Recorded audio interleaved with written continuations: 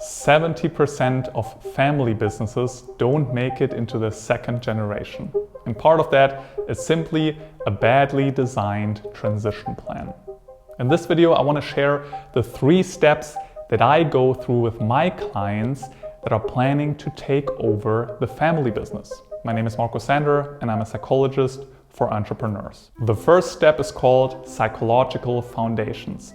And this step is all about reflecting your family patterns. Most likely, by the way, you are the one who is going to take over the business.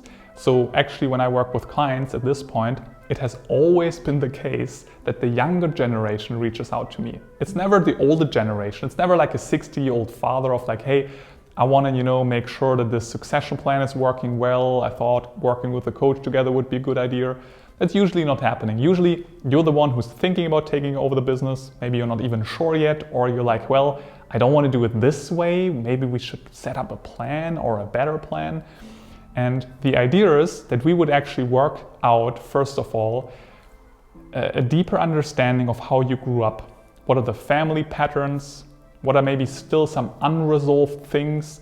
What are maybe still even some arguments or some struggles you had in your childhood, but you can still see until today? For example, your dad is the Mr. Know-it-all and there is some tension going on. Or maybe with your mother as well, there could be some topics. Or I recently had somebody I worked with who said, well, my dad is the kind of guy who's never really explaining stuff. I always feel like a little boy walking next to him. And potentially, now when you actually move into that business, your father is still working there, the same patterns come up. So you got to work that out, potentially even have a session together with your father, with your mother, call those things out, even call things out regarding to what are you afraid of that might happen when you jump into that family business. What are your expectations? Maybe where do you need some more help with? And your father actually shares the same things and you have an open communication, because you can bet that the patterns that you have in your private life with your family are unfolding in the family business as well. And it's not just going to be clear cut, you just take over the business and your family is gone. No, there is a transition. And even when your father is not in the business anymore, there might be those problems. Really, I'm working with clients where they are the CEO, they're taking over the responsibility. Their father is not actually really in the business anymore. They're still like walking around, they're still doing things, and at least they're still putting pressure on you all the time. So you have the responsibility as a CEO, but you still don't feel free and you still have the pressure, and you really want to avoid that. And that's what this first part, the psychological foundation, is very important. And maybe in that step you even notice, I think the family business is not for me. I don't want to take the business over like that. Then step number 2 is about vision alignment. Again, you want to have a conversation, statistically speaking, with your father, but it could be also your mother. I've worked with extremely successful mothers together who are running huge businesses. That could also be the case. But anyway, you want to have a conversation with your parents or that business owner, maybe it's even your uncle, about the vision of the business. In a very appreciative way, like, hey, what was your vision for the business? How did you deal with stuff? Oh, that's interesting. I want to learn from you. But also I want to share a little bit my vision, what ideas I have. And those visions don't need to fully align. You guys can also agree to disagree.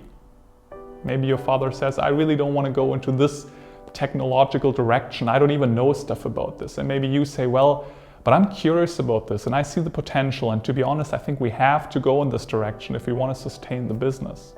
And maybe you disagree in some parts, but you can agree to disagree.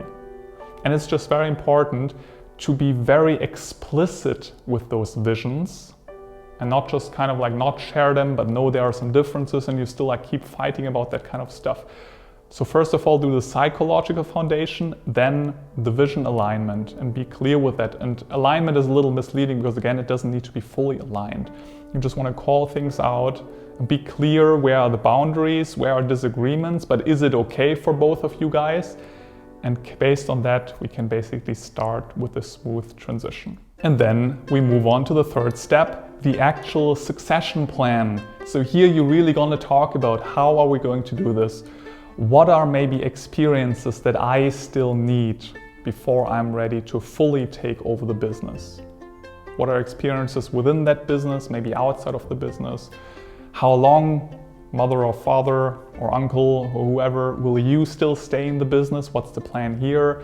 When will you work a little less? When are you taking over which task? What are the tangible roles? And potentially all that stuff here, the succession planning, might be extremely easygoing because you did the first two steps. Most people just talk about tangible things like, how do we do this now? And this is then when the fights are starting.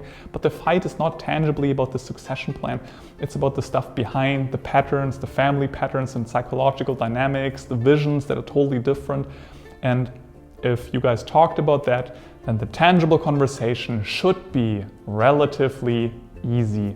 And that's the idea. If you want some help with that, of course, you can schedule a call. There's a link below the video. We can just quickly have a conversation, get to know each other, just see whether maybe it might make sense that we actually do this together.